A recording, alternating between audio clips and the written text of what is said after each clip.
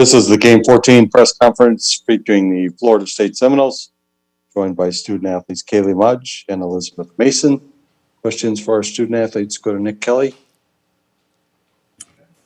Elizabeth, on that the home run pitch, what did you see from her, and what did that, when you were able to hit that home run, what did that do for you guys? Just your energy and really believing this could happen. Obviously, Montana Fouch has a great rise ball. She also spots a couple low in the zone. I just wanted to get the barrel there. She supplies a lot of power. As long as I could get the barrel through the zone, I knew it would be a hard hit. I'm just glad it went over the fence. I think a home run in the first inning, it's a great way to start the game. Obviously, we tend to score later in the game a lot after we get through the lineup one time, but I think setting that pace for the game was well needed. Allison Posey. Hey, Elizabeth, just a question. I asked you before you left Tallahassee if you had a nickname for this team yet, and you didn't have one. Do you have one now? First question. And second question, just the fight in this team. I mean, the young lady next to you, young player, everybody tonight just fought so hard. I still don't have a nickname. I don't think we get to choose the nickname. I think the fans will come up with one, but it's amazing to see Mudge's performance tonight. She's been one person on our team who has worked tirelessly day in and day out. She's had it in her from day one. I think as a team, we've had it in us from day one.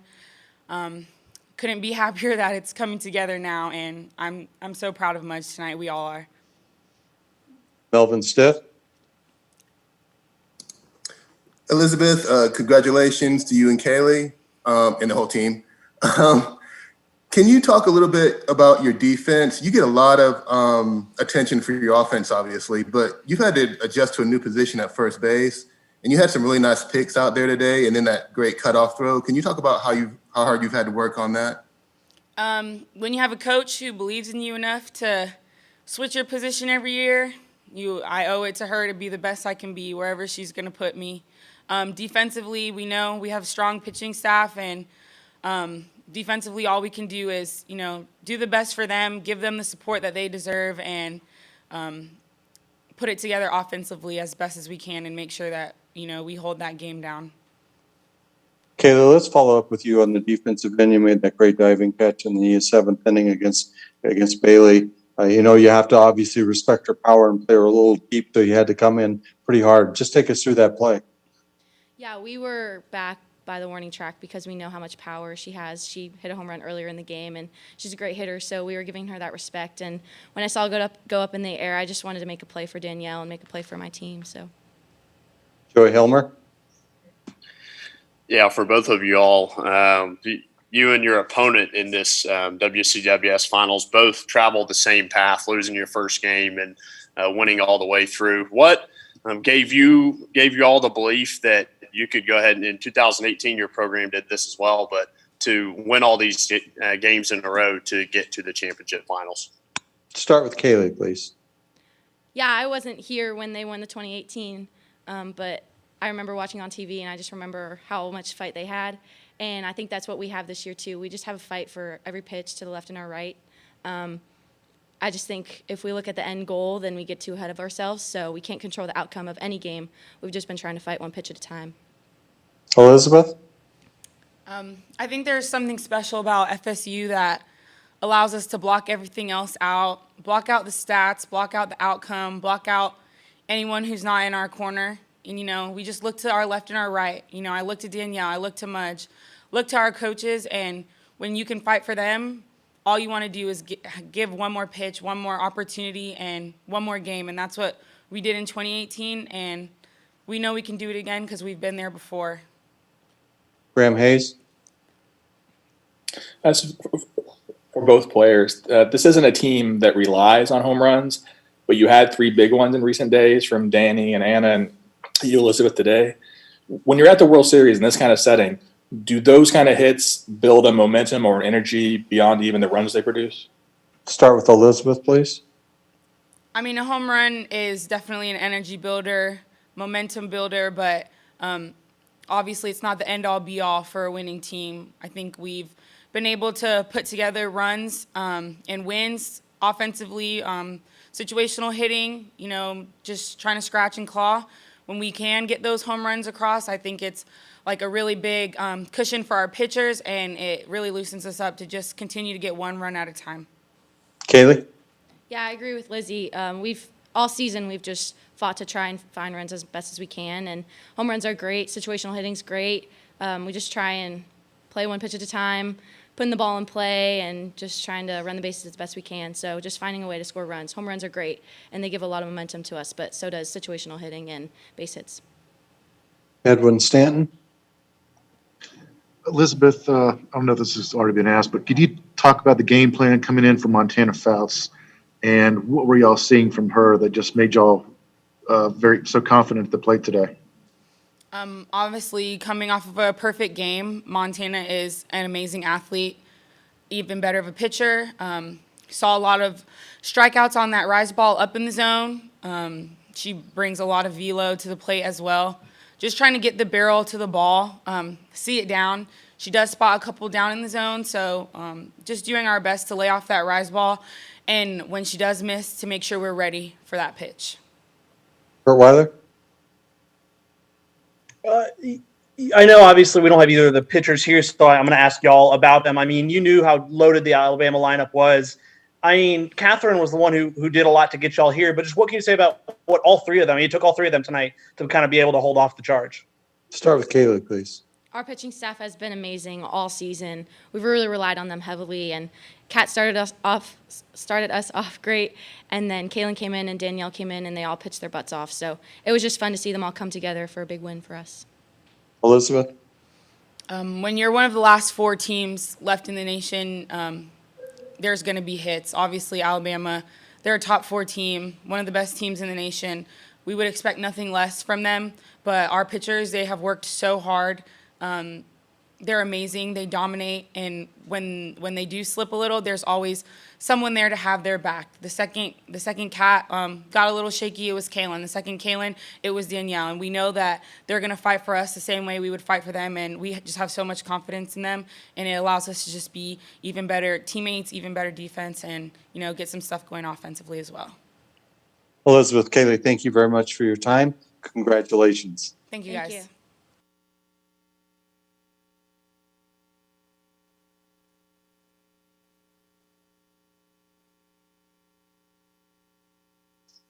We are now joined by head coach Lonnie Alameda. Questions for Coach. We'll begin with Allison Posey. Hey, Coach, congratulations. Just wanted to talk to you. We've talked to you before about the fight in this team, but it's everybody. I mean, you have Lizzie, the senior, who obviously had that big hit for you guys in the first, and then it goes down to Mudge, who's a young player on this team. What is it about their ability to fight and the culture that you've created here at Florida State?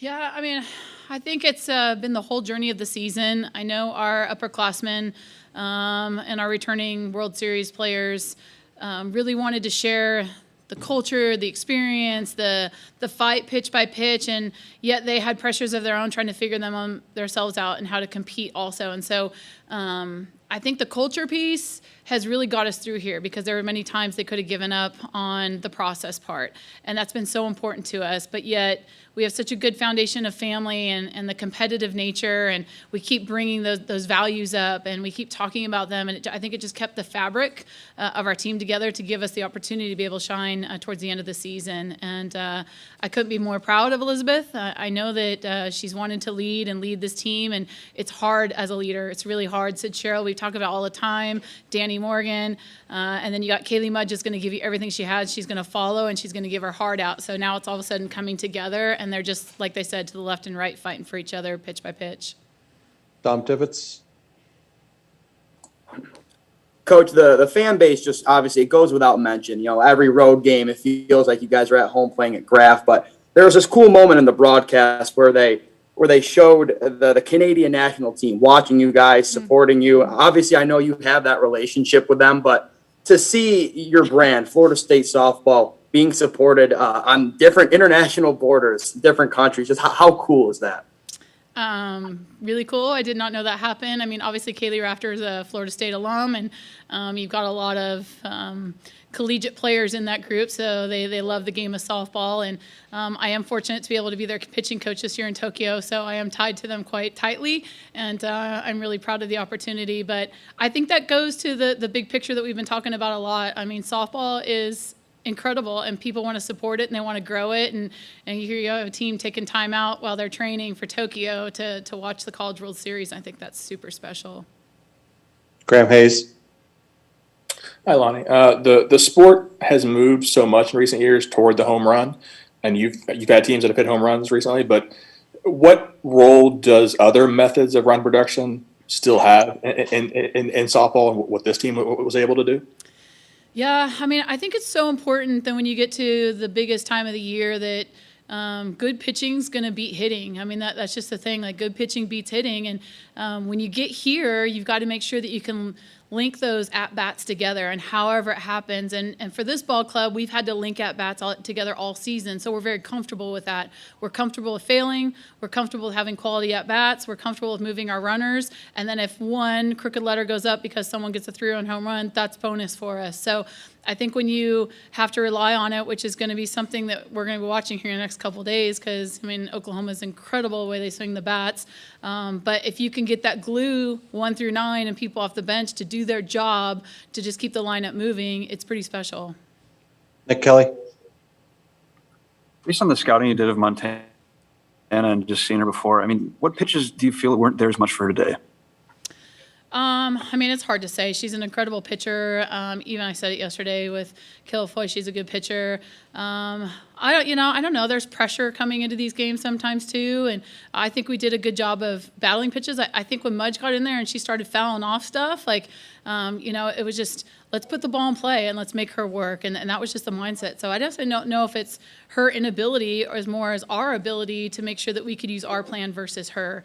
I think she's incredible, and she's had an incredible season, and they're a great ball club. Melvin Stith. Hi, Coach. Congratulations. Can you talk a little bit about the 2018 experience and how that's helped you guys this year, if any? You got 5 players who've done this before. Yeah, I mean, 2018, for me personally, and I think for Travis when we were part of that, we realized that how important it is for them to be comfortable in their own skin as a team.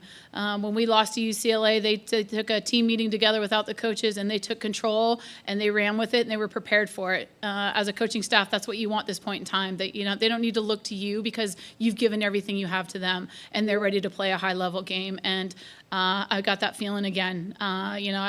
Danielle Watson hasn't thrown a lot, and when she came in after that inning and she took a deep breath and she was prepared for the moment because of everything we've poured into her and every opportunity she has. And it's just such a good feeling to know that as a coaching staff and even upperclassmen, you can share with younger ones for their moment. It doesn't matter how big the stage is, they can execute their moment. And I've seen that from 2018 to now start to become this week here, and it's heartwarming. Ryan Kelly. Hey, Coach, is it going to be a little nostalgic looking across in the other dugout, seeing the Crimson and Cream fighting for College World Series title? Yeah, not nostalgic at all. I'm super proud of graduating from the University of Oklahoma. I'm very proud of what we did. We broke the top 25, and I know ever since then they've done an incredible job. But I'm a big fan of the game of softball, and you always root for your alma mater, but when you're playing against them, you root for the team that you're coaching. And I'm excited. I'm really excited to play in front of a full stadium. When we came in the first day and we saw the upper deck, and I know what it's like, to be 30 minutes down the road and all the state of Oklahoma coming in here to cheer for them. And it's going to be so special. I'm looking forward to it. Our players are looking forward to it. So it's going to be an honor to play here and be one of the 2 teams left standing. Last one for Coach Kurt Weiler. Hey, Lonnie, congratulations. After the UCLA game, is there a moment or maybe a few moments you can pinpoint of realizing that exactly what this team could do coming out of the losers bracket again, maybe a response or something like that?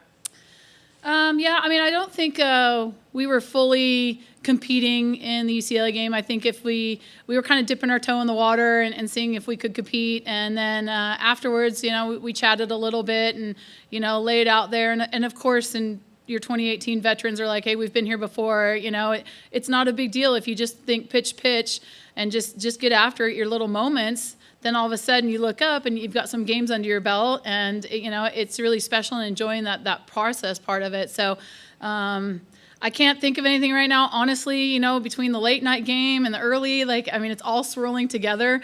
Now it's about getting prepared for OU and figuring out what we can do there. Coach, thank you very much for your time. Congratulations. Thank you very much.